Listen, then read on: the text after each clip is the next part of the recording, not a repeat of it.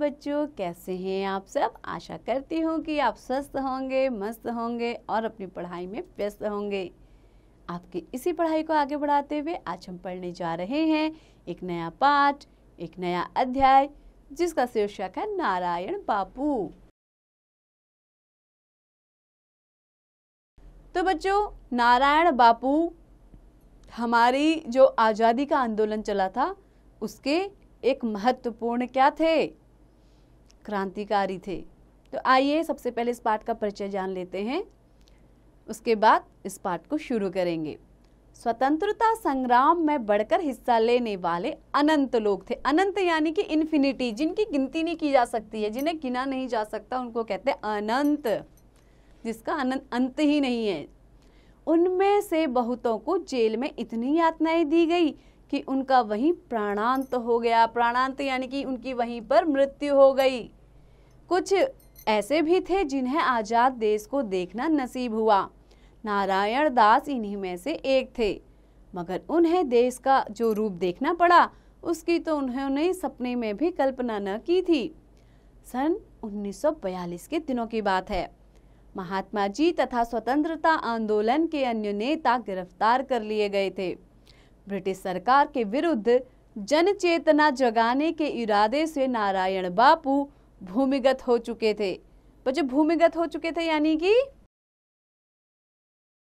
एक तरीके से वो क्या हो गए थे, अंडरग्राउंड, जिसको आप बोलते हैं। अंडरग्राउंड हो जाना यानी कि कुछ दिनों के लिए वो वहां से गायब हो गए थे। और छद्म वेश में छद्म वेश यानी कि एक नकली वेश में, छद्म रूप धारण करके उड़ीसा के एक छोर से दूसरे छोर तक आजादी की अलग जगाते घूम रहे थे। अंग्रेज सरकार ने उन पर 1000 रुपए के इनाम की घोषणा की थी। घर पर पत्नी सौदामिनी और 2 वर्ष के बेटे सनातन के अलावा कोई न था। पुलिस बार बार सौदामिनी से पूछताछ करने आती थी। पिछले 2-3 महीनों में नारायण बाबू आधी रात में घंटे 2 घंटे के लिए 1-2 बार ही घर आए थे। स्त्री और बेटे को देखकर 2 बोल हिम्मत और सांत्वना के देकर चले जाते थे, पर आधी रात को भी केवल घंटे भर के लिए घर आए थे। पर घर पहुंचने पर देखा कि सनातन बुखार में बेहाल पड़ा है। सौदामिनी ने छलछलाए नेत्रों से कहा, तवे से तपती इसकी देह छोड़कर कैसे जाओगे? रात बीतती तो डॉक्टर या वैद्यराज को दिखा देते। अब इस रात में क्या करूं? मुझे बहुत डर लग रहा है। आकाश में मेघ घिर रहे थे। बच्चों, मेघ का घिरना यानी कि आकाश में बादल छा गए थे और बारिश होने वाली थी। परत दर परत अंधेरा सारे परिवेश को आशंका और भय से व्यग्र किए दे रहा था। कोई आवारा कुत्ता रात के सूने रास्ते पर भौंक रहा था। ऐसे में अकेली सौदामिनी के पास बीमार बच्चे को छोड़कर देश प्रेम की जलती आग में कूदने की हिम्मत नहीं हो रही थी। सनातन अपनी नन्ही हथेलियों में उनका हाथ पकड़े था। बुखार तेज था, साथ में पुत्र स्नेह की ऊष्मा मिल गई। बच्चों, स्नेह की ऊष्मा मिल गई यानी कि ऊष्मा मिलना यानी कि गर्मी मिलना। यहाँ पे क्या है, पुत्र स्नेह यानी कि उन्हें पुत्र के प्रेम की क्या मिल गई थी, ऊष्मा, गर्मी मिल गई थी। घंटे भर में वह जगह छोड़ अन्यत्र चले जाना था। नारायण बापू इस निर्देश को भुला बैठे। सनातन को गोद में लेकर रात भर बैठे रहे। सुबह पुलिस की सीटी सुनकर जगह बदलने की हिदायत याद आई। मकान पुलिस के घेरे में था। पकड़े गए। 4 वर्ष जेल के अंधेरे में सड़ना पड़ा। महात्मा गांधी के आह्वान पर नौकरी छोड़कर पूरे तन मन से स्वतंत्रता आंदोलन में कूद ही चुके थे। अपने जीवन में देश को स्वतंत्र हुआ देखेंगे या जेल से छूट बेटे पोतों बहू नातियों को लेकर घर बसाएंगे, यह सपने में भी नहीं सोचा था। कभी कभी यह ख्याल जरूर आता था कि वे भी स्वतंत्रता सेनानी महाराणा की तरह जेल में बीमार पड़कर बिना इलाज के मर सकते हैं, या फिर गोकुल भोल की तरह जेल वालों के दुर्व्यवहार के प्रतिवाद में आमरण अनशन कर शहीद हो सकते हैं। तब सनातन जरूर ब्रिटिश सरकार से लड़ेगा। उनके जीवन का आदर्श उनकी संतान को रास्ता दिखाएगा। मगर हो गया सब उलट पुलट। देश स्वतंत्र हुआ। पत्नी के चल बसने के बाद उन्होंने बड़ी मुश्किल से सनातन को वकालत की पढ़ाई करवाई, उसे स्वाधीनता के प्रति जागरूक सच्चा आदमी बनाने की पूरी कोशिश की, मगर वह अलग ही राह चल पड़ा। वह औरों की तरह इस मान्यता का पक्षधर हो गया था कि किसी भी तरह पैसे कमाकर अपना घर चलाओ, अपनी उन्नति में ही देश की उन्नति है। बच्चों, अपनी उन्नति में ही देश की उन्नति है, यानी कि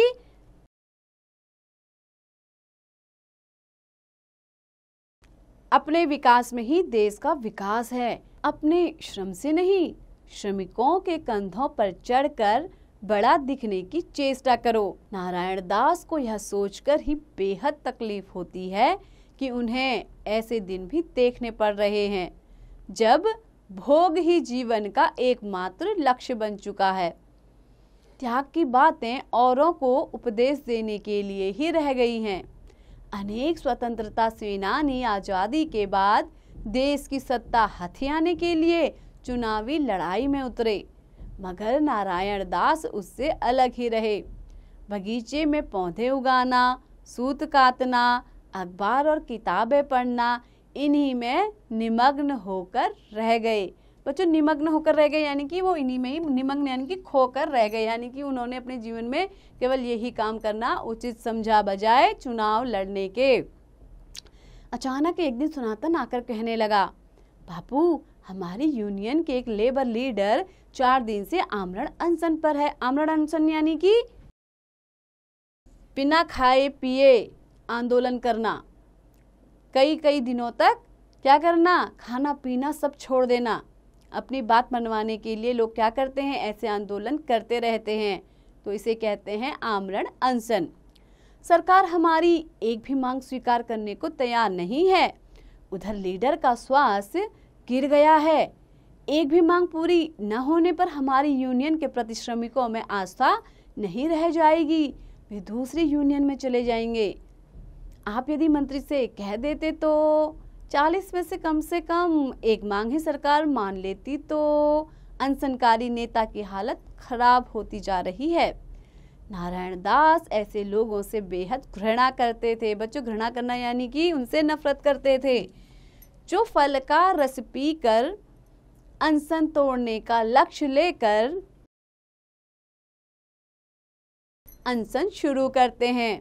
सनातन की बात सुनकर उनके चेहरे पर वही घृणा उभर आई। उन्होंने बेटे से पूछा, मैं कौन होता हूँ मंत्री जी, मेरी बात क्यों रखेंगे? सनातन ने याद दिलाया, हमारे श्रम मंत्री भी स्वतंत्रता सेनानी थे, आपके साथ जेल में थे। आपने इस देश के लिए 3 बार में कुल 7 साल की जेल भोगी है, इसीलिए वे आपकी बात जरूर रखेंगे। बेटे की दलील सुनकर नारायण दास गुस्से से लाल हो आए। बच्चों, गुस्से से लाल हो आना यानी कि बहुत ज्यादा गुस्सा करना, ये एक मुहावरा भी है। बेटे को डपटते हुए यानी कि डांटते हुए सवालों की झड़ी लगा दी, यानी कि लाइन लगा दी। क्या तुम समझते हो मैं व्यक्तिगत लाभ के लिए जेल गया था, इसीलिए देश की सेवा की थी क्या? उसकी क्या मजूरी मांगी जाती है? मजूरी यानी कि कीमत, यानी कि मजदूरी। क्या तुम्हें पता है गोकुल भोल आमरण अनशन कर जेल में ही शहीद हो गया था? उसके जीवन का मूल्य चुकाया किसी ने? क्षुद्र स्वार्थ के लिए। क्षुद्र स्वार्थ यानी कि थोड़े से ही बेकार के स्वार्थ के लिए, वह भी अनशन तोड़ने का दिन तय करके। जो लोग आमरण अनशन करते हैं उन्हें क्या सत्याग्रही कहा जाता है? सत्याग्रही यानी कि सत्य का आग्रह करने वाला, जो सत्य के लिए लड़ाई करे। बोलो, चुप क्यों हो गए हो? सनातन बाहर से चुपचाप दिख रहा था, मगर भीतर क्रोध से थर्रा रहा था। वह बिना कोई उत्तर दिए चला गया। उसकी चाल से नारायण दास को अनुमान हो गया कि बेटे के साथ रहा सहा संबंध भी इसी क्षण टूट गया। नारायण दास आजकल अपने बेटे, बहू या संगी साथी किसी को न ठीक से समझ पाते हैं, न अपनी बात समझा पाते हैं। मानो सब किसी सुख नामक तोते को किसी तरह अपने पिंजरे में भर लेने के लिए दौड़ धूप में लगे हैं। क्या न्याय है, क्या अन्याय है, यह समझने की उन्हें फुर्सत कहाँ। अपने अपने मतलब में डूबे इन लोगों के बीच अकेलापन लगता है। निहायत अपने लोग भी बेगाने जैसे दिखते हैं। उन्हें लगता है कि महाराणा या गोकुल भोल की तरह जेल में शहीद हो जाते तो बच जाते। जी रहा हूँ सिर्फ मरण वेदना सहने के लिए। उसी दिन सनातन की पत्नी मधुमिता आकर बोली, पिताजी मेरा ट्रांसफर कोरापुट के पहाड़ी जंगल इलाके में हो गया है। यदि मंत्री से कह देते तो कैंसिल हो जाता। नारायण दास ने विस्मय से कहा। बच्चों, विस्मय से कहा यानी कि आश्चर्य से कहा। बहू तुम शिक्षक हो यानी कि अध्यापक हो, बदली तो होगी ही। मैं मंत्री से क्या कह सकता हूँ? वैसे भी कोरापुट तो बहुत अच्छी जगह है। मधुमिता खींच पड़ी। जो आजादी के लिए जेल गए थे आज कहाँ से कहाँ पहुँच गए हैं। क्या कुछ नहीं मिला है उन्हें? अपने बेटे पोतों के लिए उन्होंने बहुत कुछ कर दिया और आप न खुद कुछ करेंगे न हमें चैन से जीने देंगे। नारायण दास यह सुनकर तैश में आ गए। बोले, आजादी के लिए जेल गया था तो आजादी के उससे लाभ उठाऊं, मुनाफा लूं? छी छी, जिनके नेतृत्व में आजादी मिली वे महात्मा अपने लिए क्या कुछ चाहते थे? कोई पदवी ली? बोलो, जवाब दो। मधुमिता चुप नहीं रही। ससुर को सुना ही दिया। डॉक्टर ने आपको रोजाना दूध पिलाने के लिए कहा था। मैं नौकरी छोड़ दूंगी तो दूध के पैसे क्या आजादी चुकाने आएगी? मैं बच्चों को छोड़ कोरापुट नहीं जा सकती। नारायण दास मांस मछली नहीं खाते, इसीलिए दूध का ही ताना मारा जा सकता था। अगले दिन से उन्होंने दूध पीना ही छोड़ दिया। बहू या बेटे किसी ने पीने का आग्रह भी नहीं किया। बेटे से संपर्क पहले ही टूट चुका था। उस घटना के बाद बहू ने भी ममता का बंधन शिथिल कर दिया। अपने परिवार में नारायण दास बिल्कुल निःसंग। बच्चों, निःसंग यानी कि उनके पास कोई भी साथ नहीं रहा। अनावश्यक, आवश्यक का विलोम शब्द है अनावश्यक, और फालतू चीज की तरह उपेक्षित पड़े रहते यानी कि उन पर कोई भी ध्यान नहीं देता था, उनकी उपेक्षा ही होती थी। अपने ही घर में पराये बन गए। तबीयत बिगड़ने पर वे किसी से कुछ नहीं कहते। वे समझ गए हैं कि इस युग में पैसा ही सब कुछ है। जिसमें पैसा कमाने की कला नहीं, उसके जीवन का कोई मूल्य नहीं। पैसा न होने पर सच्चे आदमी को यहाँ कोई नहीं पूछता। कमाऊ न होने पर परिवार में भी कोई नहीं पूछता। बेटा बहू, पोता पोती, किसी का इसमें दोष नहीं। उन्होंने अपनी आंखों देखा है। जिन्होंने आजादी के लिए थोड़ा भी त्याग किया है उसके बल पर बाद में बहुत कुछ बटोरा है। मकान, खेत खलिहान, कोटा, परमिट से लेकर पदवी तक अनेक चीजों के लिए हाथ पांव मारे और पा भी गए। उस दृष्टि से स्वयं वे असमर्थ हैं, असफल हैं। अतीत के त्याग को पूंजी बनाकर भोग की सामग्री जुटाने में वे कभी सफल नहीं हो पाए। कई बार स्वयं से पूछा है, स्वयं से यानी कि उन्होंने कई बार अपने आप से ही पूछा, क्या दरोगा की नौकरी इसलिए छोड़ी थी कि आजादी के बाद मौज उड़ाएंगे? इसी लोभ से गांधी जी ने असहयोग आंदोलन में कूदे। बच्चों, असहयोग आंदोलन यानी कि एक ऐसा आंदोलन जिसमें ये तय किया गया था कि वे क्या करेंगे, जो भारत के लोग हैं वो अंग्रेजों का सहयोग नहीं करेंगे, तो उसको कहा गया असहयोग आंदोलन। एक से बढ़कर एक दुख सहे। आखिर हमारे सपनों के भारत को हो गया है। कहाँ गया त्याग, देश प्रेम? उनकी आंखें आंसुओं से धुंधला गई। जीने का लोभ फीका होता जा रहा था। बच्चों, लोभ यानी कि लालच। अब उनको क्या है, जीने की भी इच्छा नहीं रही। महाराणा गोकुल भोल जैसे सैकड़ों गांधीवादी लोग उनकी आंखों के आगे उभर रहे हैं। मन ही मन उनसे ईर्ष्या हो आती है। ईर्ष्या होना यानी कि जलन हो उठना।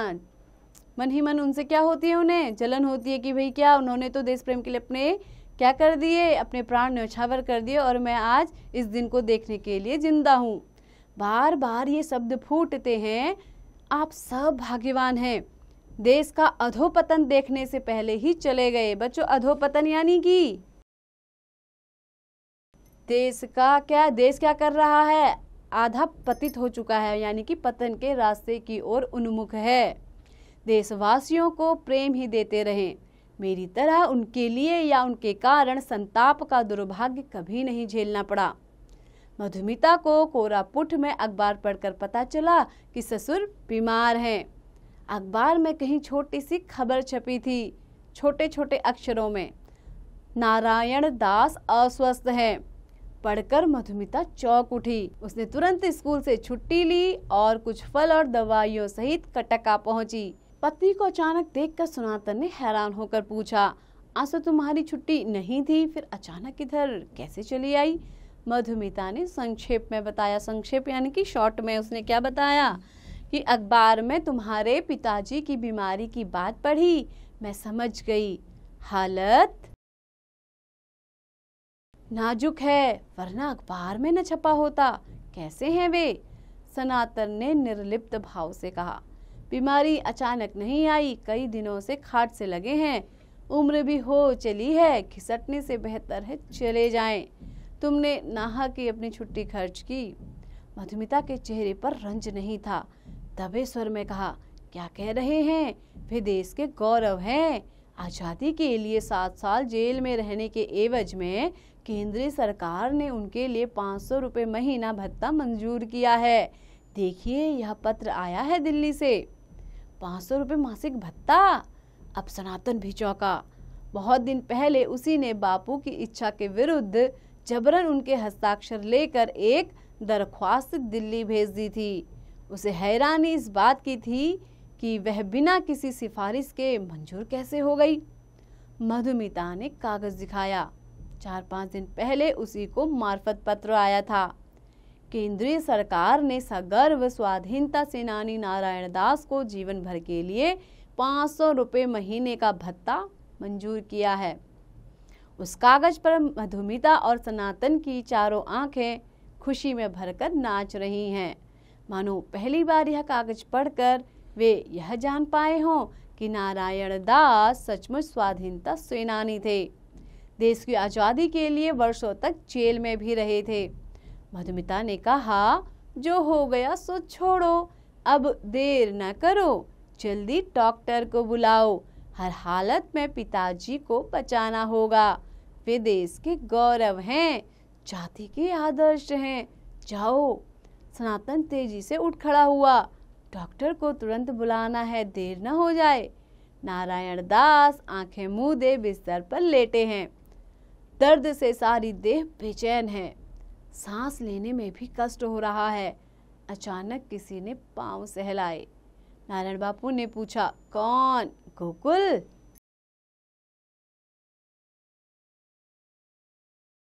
नहीं पिताजी, मैं मधुमिता हूँ। आपकी तबीयत नरम जानकर कोरापुट से चली आई। बहू की ही आवाज है, मगर बहू पांव सहला रही है। उन्हें आश्चर्य हुआ। जेल के दिनों में बीमार होने पर एक और राजबंदी गोकुल उनकी सेवा करता था। मन लगाकर सारे एक काम कर देता। तलवे में तेल लगा देता, फिर दबाकर उंगलियां चटका देता।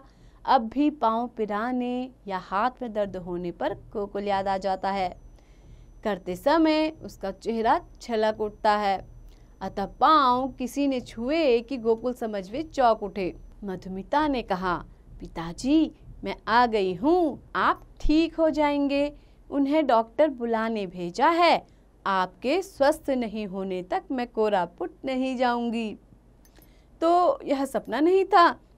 नारायण दास ने आंख खोल छीर्ण स्वर में पूछा, बहू है? फिर संकेत से सिरहाने तक आने को कहा। मधुमिता की आंखें पता नहीं क्या सोचकर छलछला आई। बोली, पिताजी डर की कोई बात नहीं, वे डॉक्टर बुलाने गए हैं, आप 2-4 दिन में स्वस्थ हो जाएंगे। नारायण दास ने स्थित प्रज्ञ की तरह कहा, नहीं बेटी, मरण से डर नहीं है। सचमुच देश आज़ाद होने के बाद मेरी ज़रूरत पूरी हो गई है। मधुमिता खुद को संभाल नहीं पाई, कहने लगी, पिताजी ऐसा न कहें, देश गुमराह हो रहा है। अभी आपको जीना होगा, बहुत दिन रहना होगा। सरकार ने 500 रुपये का मासिक भत्ता मंजूर किया है। मैं आपकी सेवा करूंगी। बहू की बात सुनकर नारायण दास की छाती में हुक सी उठी। तन मन दर्द से भर गया। चेहरे पर हल्की सी मुस्कान लाते हुए कहा, बेटी सरकारी भत्ते की तरह तेरा स्नेह भी मुझे बहुत देर से मिला, मैं उसका उपयोग कर नहीं पाया। मधुमिता ने देखा ससुर जी के चेहरे का रंग अचानक बदल रहा है। आंखें मुद गई यानी कि आंखें बंद हो गई, उन्होंने आंखें मूंद ली। चेहरा सचमुच किसी शहीद की तरह है। शहीद यानी कि जो देश के लिए बलिदान हो जाते हैं, उन शहीदों की तरह जिनके चेहरे मधुमिता ने सिर्फ किताबों के पन्नों में देखे हैं। तो बच्चों, कैसा लगा आपको ये पाठ? आशा करती हूँ कि आपको बहुत पसंद आया होगा। ये एक ऐसे क्रांतिकारी की मार्मिक कथा थी जिसने आज़ादी के बाद इस देश को बदलते हुए देखा। वो जैसा सोचते थे वैसा ये देश नहीं हुआ। तो बच्चों, इस पाठ के लेखक है विभूति पटनायक। तो आशा करती हूँ कि आप ऐसे ही पढ़ते रहेंगे, आगे बढ़ते रहेंगे और हाँ, इसका अभ्यास भी जरूर कीजिएगा।